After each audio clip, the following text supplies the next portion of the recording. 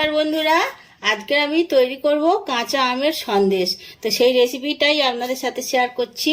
কাঁচা আমের সন্দেশ তৈরি করতে হলে লাগবে আমার এই ছানা আছে 1 লিটার দুধ, আমি ভিনিগার দিয়ে ছানা কাটিয়ে রেখেছি। আর একটা কাঁচা আম টুকরো টুকরো করে কেটে নিয়েছি।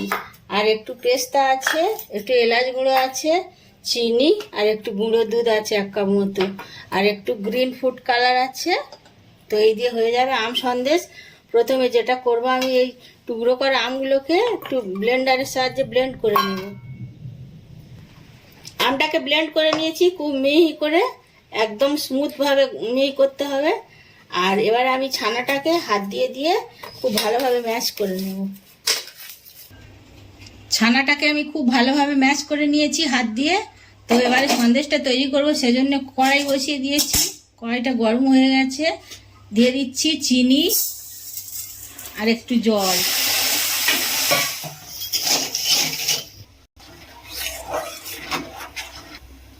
কড়াইতে জল আর চিনি দিয়েছিলাম, তার মধ্যে ব্লেন্ড করা আমটা দিয়ে দিয়েছি।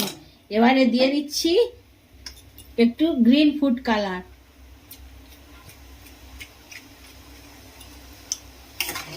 এবারে এটাকে বেশ কিছুক্ষণ নেড়ে নেড়ে ঘন করব।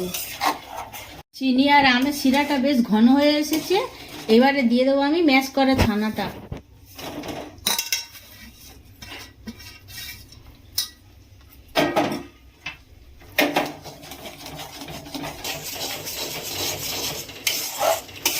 এর সাথে মিশিয়ে দিচ্ছি গুঁড়ো দুধ,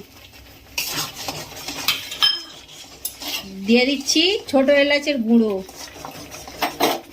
এবারে এটা বেশ খানিকক্ষণ নেড়ে নেড়ে শুকনো করব। মিশ্রণটা মিনিট 10 নাড়ার পরে এরকম ঘন হয়ে গেছে। এবার আমি নামিয়ে নিয়েছি।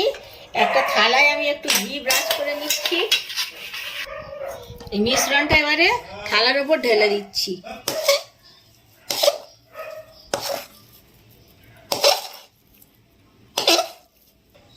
মিশ্রণটা থালায় ঢেলে নিয়েছি।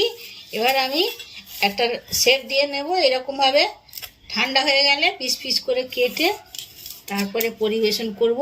তো এর ওপর থেকে আমি দিয়ে দিচ্ছি পেস্তা।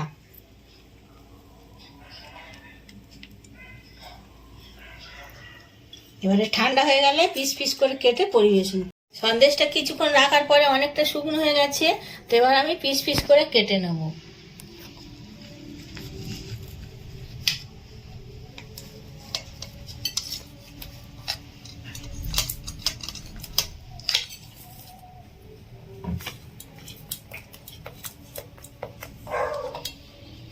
বন্ধুরা, দারুণ স্বাদের একটা সন্দেশের রেসিপি, কাঁচা আমের সন্দেশ আপনাদের সাথে শেয়ার করলাম। ভালো লাগলে অবশ্যই লাইক কমেন্ট শেয়ার করবেন। আর প্লিজ আমার চ্যানেলটাকে সাবস্ক্রাইব করবেন, পাশে থাকবেন।